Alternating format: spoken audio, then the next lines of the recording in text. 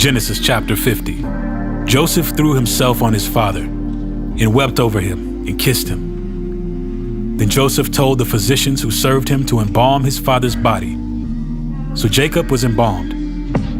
The embalming process took the usual 40 days, and the Egyptians mourned his death for 70 days. When the period of mourning was over, Joseph approached Pharaoh's advisors and said, "Please do me this favor and speak to Pharaoh on my behalf. Tell him that my father made me swear an oath. He said to me, 'Listen, I am about to die. Take my body back to the land of Canaan and bury me in the tomb I prepared for myself. So please allow me to go and bury my father. After his burial, I will return without delay.'" Pharaoh agreed to Joseph's request. "Go and bury your father, as he made you promise," he said. So Joseph went up to bury his father. He was accompanied by all of Pharaoh's officials, all the senior members of Pharaoh's household, and all the senior officers of Egypt. Joseph also took his entire household and his brothers and their households. But they left their little children and flocks and herds in the land of Goshen. A great number of chariots and charioteers accompanied Joseph.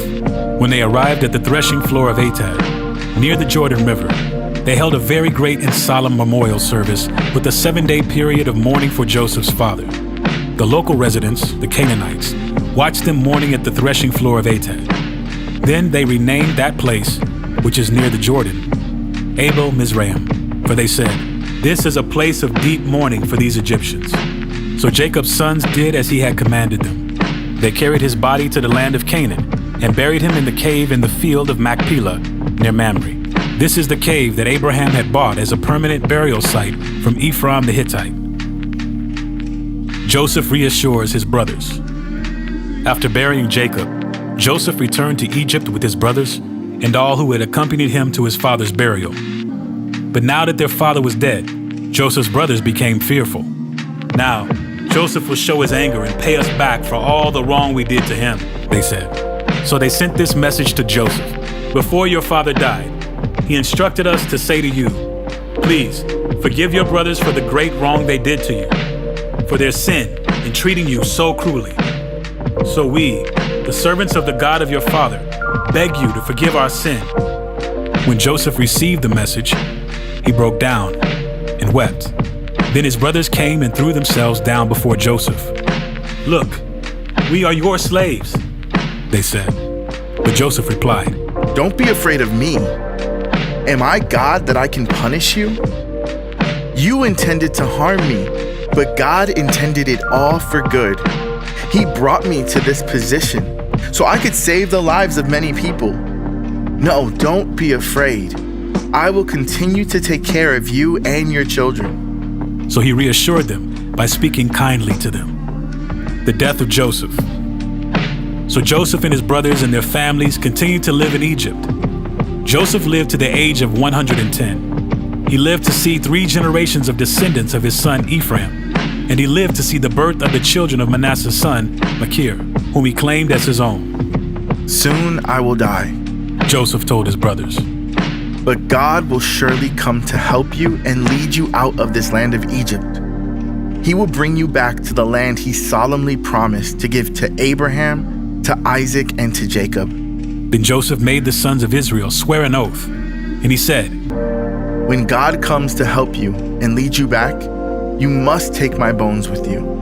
So Joseph died at the age of 110. The Egyptians embalmed him, and his body was placed in a coffin in Egypt.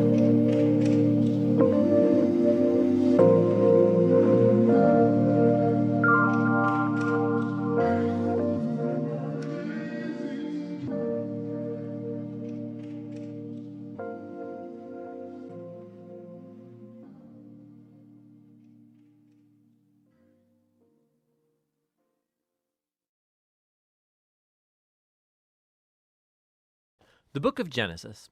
In the first video, we saw how chapters 1 through 11 set up the basic storyline of the Bible. God has created all things, and he makes humans in his image to rule the world on his behalf. The humans choose sin and rebellion, and so the world spins out of control into violence and death, all leading up to the rebellion and scattering of the people in Babylon. And so the big question is, what is God going to do to rescue and redeem his world? Well, out of that scattering at Babylon, the author traces a genealogy of just one family that leads eventually to a man named Abram, later known as Abraham. And God's promise to Abraham at the beginning of chapter 12 opens up a whole new movement in the story. God calls Abraham to leave his home and go to the land of Canaan, which God says will become his one day. And in that land, God promises to make Abraham into a great nation, to make his name great, and to bless him. Now, these promises are connected back to earlier parts of the book. So Babylon had arrogantly tried to make a great name for itself, and that didn't go over very well. But God, in his generosity, is going to bestow a great name on this no-name guy, Abraham. And God's blessing of Abraham echoes all the way back to that original blessing God gave humanity in the beginning. So the question is, why is God going to bless Abraham and his family? And the last line of God's promise makes this clear. So that all the families of the earth will find God's blessing in you. Now, this is key for understanding the whole rest of the biblical story. God's plan is to rescue and bless his rebellious world through Abraham's family. And this is why the whole rest of the Old Testament story is just going to focus on this one family, eventually called the people of Israel. This is also why Israel will later be called a kingdom of priests at Mount Sinai. God wants to use them to show all of the other nations what he's like. And ultimately, this is the promise that gets picked up by the later biblical prophets and poets who say that its fulfillment will come through Israel's messianic king, whose reign will bring justice and peace to all of the nations. Now, at this point of the story, none of that's clear. You just have to keep reading and watch the promise develop. And so the rest of the book focuses on Abraham and his family. First, Abraham himself, then his son Isaac, and then his son Jacob, and then Jacob's 12 sons. And the stories about each generation, they're united by two main themes. So first, each generation of Abraham's family is marked by repeated failure. They just keep making really bad decisions that mess up their lives and that put God's promise in jeopardy. However, God remains faithful to them. He keeps rescuing them from themselves and reaffirming his commitment to bless them and bless the nations through them despite their failings. So the Abraham stories. God had promised Abraham a huge family, but on two different occasions, he's afraid for his life because other men are attracted to his wife, and so he denies that he's even married to her, which creates, of course, all of these problems. And not only that, Abraham and his wife Sarah, they can't have children, and so Sarah arranges for Abraham to sleep with one of their servant girls, which also creates all of these problems in the family. But each time, God bails Abraham out. And in chapters 15 and 17, God even formalizes his promise to Abraham with an official commitment called a covenant. This is a classic scene. God invites Abraham to look up at the night stars and to count them. And he says, that's how numerous your family's going to be. And despite all of the odds, having no kids and no way to have any at the moment, Abraham looks up in the sky and simply trusts God's promise. And God responds by entering into a covenant with Abraham, promising that he will become a father of many nations, that God's blessing may come to the whole world. God asks Abraham to mark his family with a sign of the covenant, circumcision of all the male boys in the family. This is a symbol to remind them that the fruitfulness of their family is a gift from God. And so Abraham has lots of kids eventually, and he dies at a good old age. Now, the Jacob stories play out these themes even more dramatically. From birth, Jacob lives up to the meaning of his name, which is deceiver. He cheats his brother Esau out of his inheritance and blessing, and he does it by deceiving his old blind father, no less, and then he just takes off. He goes on to take 4 wives, even though he really only loves one, Rachel, and this creates all of these rivalries in the family. The only thing that humbles Jacob is being deceived by his uncle Laban, who cheats him out of years of his life. The tables have finally turned. And so it's a humbled Jacob that returns to his homeland. And in a very strange story, Jacob ends up wrestling with God as he demands that God bless him. Some things never really change, do they? However, God honors his determination, and he passes Abraham's blessing on to him. And he renames Jacob as Israel, which means wrestles with God. Now, it's this last part of the book, the story of Jacob's sons, where all the themes come to a head. Jacob loves his second to youngest son, Joseph, more than any of the others, and he gives him this special jacket. And the 10 older sons come to hate Joseph, and so they kidnap him, and they plan to kill him, but instead they decide to just sell him into slavery in Egypt, where he ends up in prison. Talk about family failure. But God is with Joseph, and he orchestrates Joseph's release from prison, and Pharaoh ends up elevating Joseph to second in command over all of Egypt. And so Joseph saves the nation of Egypt during a famine. And he also ends up saving his brothers and his family from starving to death. And so once again, we can see the folly and the sin of Abraham's family is met with God's faithfulness, who subverts even the evil of the brothers into an occasion to save life. And this is actually what Joseph says right near the end of the book. He says to his brothers, "You all planned this for evil, but God planned it for good, to save many lives." Now, these words are strategically placed at the end of the book because they summarize not only the story of Joseph and his brothers, but the book as a whole. From Genesis 3 onward, humans keep acting selfishly and doing evil, but this God is not going to leave his world to its own devices. He remains faithful and determined to bless people despite their failures. You can see this especially in how that mysterious promise about the descendant of the woman gets developed throughout the book. So remember, Genesis 3, God promised that this wounded victor would come and crush the snake and defeat evil at its source. And the author then connects this promise directly to the line of Abraham. This is a part of how God's going to bring his blessing to the nations. Now, from Abraham, this promise gets connected to Judah, the 4th son of Jacob. And this is how. In an extremely important poem in chapter 49, in aging Jacob, he's on his deathbed, he wants to bless his 12 sons. And when he comes to Judah, Jacob predicts that Judah will become the tribe of Israel's royal leaders, and that one day a king will come who will command the obedience of all the nations and fulfill God's promise to restore the garden blessing to all of the world. And then after this, Jacob dies. And later Joseph dies too.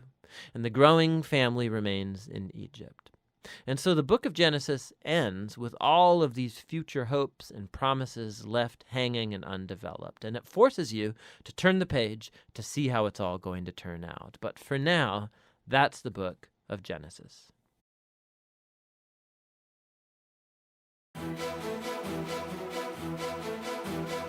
Exodus chapter 1. The Israelites in Egypt. These are the names of the sons of Israel, that is, Jacob, who moved to Egypt with their father, each with his family: Reuben, Simeon, Levi, Judah, Issachar, Zebulun, Benjamin, Dan, Naphtali, Gad, and Asher. In all, Jacob had 70 descendants in Egypt, including Joseph, who was already there.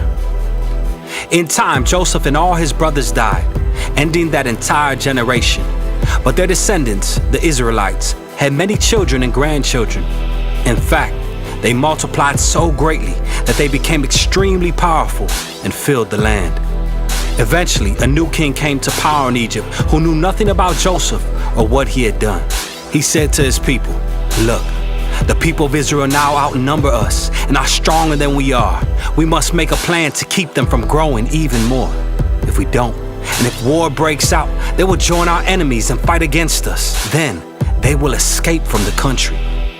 So the Egyptians made the Israelites their slaves. They appointed brutal slave drivers over them, hoping to wear them down with crushing labor.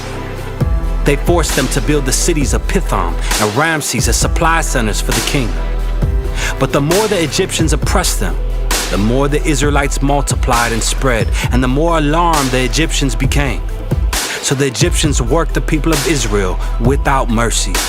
They made their lives bitter, forcing them to mix mortar and make bricks and do all the work in the fields. They were ruthless in all their demands. Then Pharaoh, the king of Egypt, gave this order to the Hebrew midwives, Shiphrah and Puah: "When you help the Hebrew women as they give birth, watch as they deliver. If the baby is a boy, kill him. If it is a girl, let her live." But because the midwives feared God, they refused to obey the king's orders. They allowed the boys to live too. So the king of Egypt called for the midwives. "Why have you done this?" he demanded. "Why have you allowed the boys to live?"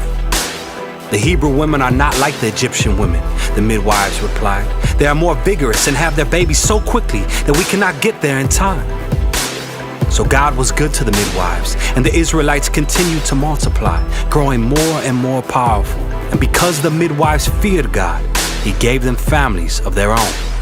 Then Pharaoh gave this order to all his people: throw every newborn Hebrew boy into the Nile River, but you may let the girls live.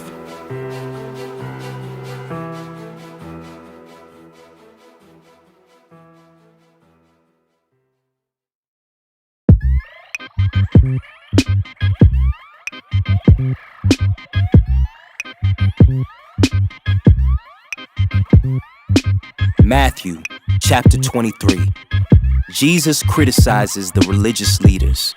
Then Jesus said to the crowds and to his disciples, The teachers of religious law and the Pharisees are the official interpreters of the law of Moses. So practice and obey whatever they tell you, but don't follow their example. For they don't practice what they teach. They crush people with unbearable religious demands and never lift a finger to ease the burden. Everything they do is for show. On their arms they wear extra wide prayer boxes with scripture verses inside. And they wear robes with extra long tassels. And they love to sit at the head table at banquets and in the seats of honor in the synagogues. They love to receive respectful greetings as they walk in the marketplaces and to be called Rabbi. Don't let anyone call you Rabbi, for you have only one teacher, and all of you are equal as brothers and sisters. And don't address anyone here on earth as Father. Only God in heaven is your spiritual father. And don't let anyone call you teacher, for you have only one teacher, the Messiah. The greatest among you must be a servant, but those who exalt themselves will be humbled, and those who humble themselves will be exalted.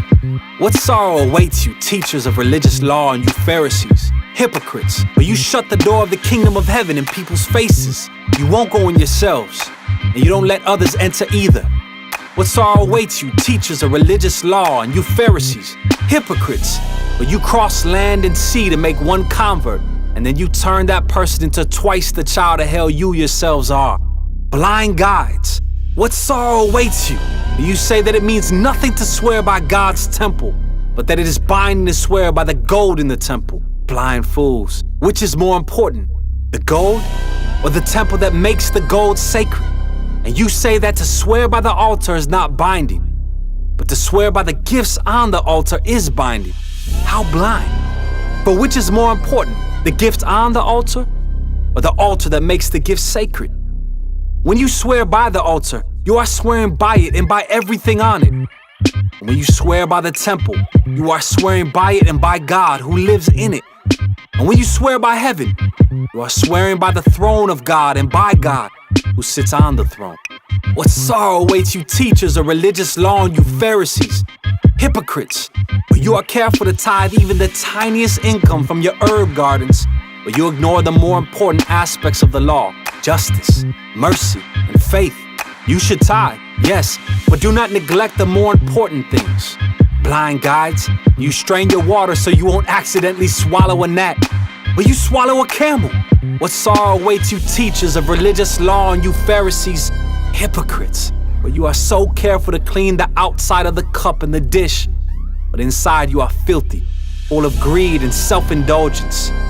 You blind Pharisee, first wash the inside of the cup and the dish, and then the outside will become clean too. What sorrow awaits you, teachers of religious law, and you Pharisees, hypocrites, for you are like whitewashed tombs, beautiful on the outside, but filled on the inside with dead people's bones and all sorts of impurity. Outwardly, you look like righteous people, but inwardly your hearts are filled with hypocrisy and lawlessness. What sorrow awaits you, teachers of religious law, and you Pharisees, hypocrites, for you build tombs for the prophets your ancestors killed, and you decorate the monuments of the godly people your ancestors destroyed. Then you say, if we had lived in the days of our ancestors, we would never have joined them in killing the prophets. But in saying that, you testify against yourselves that you are indeed the descendants of those who murdered the prophets. Go ahead and finish what your ancestors started. Snakes, sons of vipers, how will you escape the judgment of hell? Therefore, I am sending you prophets and wise men, and teachers of religious law. But you will kill some by crucifixion. You will flog others with whips in your synagogues, chasing them from city to city. As a result, you will be held responsible for the murder of all godly people of all time, from the murder of righteous Abel to the murder of Zechariah, son of Berechiah, whom you killed in the temple between the sanctuary and the altar. I tell you the truth, this judgment will fall on this very generation. Jesus grieves over Jerusalem. Oh, Jerusalem, Jerusalem, the city that kills the prophets and stones God's messengers. How often I've wanted to gather your children together as a hen protects her chicks beneath her wings, but you wouldn't let me. And now, look, your house is abandoned and desolate. Well, I tell you this, you will never see me again until you say, blessings on the one who comes in the name of the Lord. There are 4 books in the Bible that are ancient biographies of Jesus: the Gospel according to Matthew, Mark, Luke, and John. And while individual stories about Jesus and his teachings are familiar to many people, these books have way more to offer if we read them from beginning to end and see how they connect Jesus' story into the overall biblical storyline. So let's talk about how to read the Gospel. First of all, this word gospel. What does it mean? Well, it means good news. Which raises the question, good news about what? Well, in Mark's gospel, Jesus enters the story announcing that the time is fulfilled. God's kingdom has come near, so turn around and trust this good news. So the good news is about God's kingdom arriving. But what does that mean? Well, it's Jesus' way of summarizing the whole biblical story that leads up to himself. The whole story. Okay, give me the short version. Well, the story begins with God creating a good world and then appointing humanity as his representatives to rule it. But then the humans rebel over and over, leading to a world of violence and death. That's a problem. But God's committed to making it work. So he chooses Abraham and his family to restart the project. Then through Moses, God brings the family into a garden land of abundance so that he can restore all of the nations through them. Right, Israel becomes a kingdom with amazing kings like David, but eventually Israel rebels too, and it leads them into destruction. But Israel's prophets said that God wasn't giving up.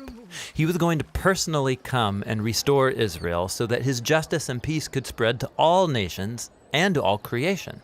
This hope was called the kingdom of God. And that's what Jesus said he was bringing to Israel. Yes, Jesus' good news is about God's kingdom, the new creation that was arriving to restore humanity to their role as God's partners in ruling the world.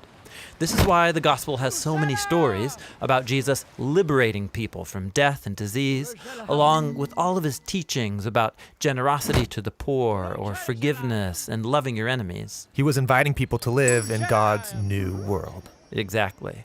And so this is one of the main goals of the gospel, to show how Jesus is bringing the whole biblical story to its fulfillment.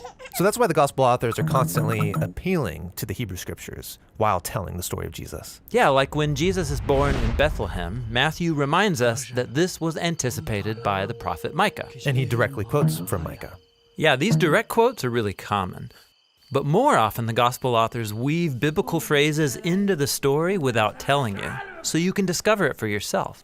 Like when Jesus is baptized and God announces from the skies, "You are my son, my beloved. With you I am well pleased." Now, if you do some digging, you'll find that God's statement blends together phrases from 3 biblical texts to identify Jesus as the royal son of David, the seed of Abraham, and the servant who's going to suffer for the sins of his people. Whoa, that is subtle. Yes, and the gospel accounts do this on every page. Every book is constantly showing how all of the biblical stories about Abraham or Moses and David and all the prophets, all of it points forward to Jesus. Now, why are there 4 different accounts? Wouldn't one be enough? Well, the diversity is on purpose. Each of the 4 gospel authors has shaped and arranged their stories about Jesus differently, so they can emphasize different things about him. Matthew presents Jesus as a greater Moses, and so he's grouped Jesus' teachings into 5 large blocks, just like the 5 books of the Torah. Luke highlights how Jesus is God's royal servant from the book of Isaiah, who brings God's light to the nations. Mark presents Jesus as a new start for humanity, bringing the mystery of God's new creation crashing into the present. And John focuses on Jesus' claim to be Yahweh, the God of Israel, become human, to do for us what we could never do for ourselves. Those are really different from each other, but they all tell the same basic story. A man from the region of Galilee teaching this good news, but who's ultimately crucified as a criminal. Yes, all 4 books of the gospel are showing how the arrival of God's kingdom through Jesus led him up to the cross, where he was enthroned as the king of God's new world. He's given a robe, a crown, and a scepter. Right. And as Jesus suffers the consequences of humanity's rebellion, he's showing that the power of God's kingdom comes through his love and self-sacrifice. And when he's raised from the dead, we're watching the dawn of the new creation. So, the gospel authors don't just want their readers to know about the good news of God's kingdom. They want them to become a part of it. Yes, the gospel is designed to persuade us to trust and follow Jesus so that we can participate in the new creation that he began.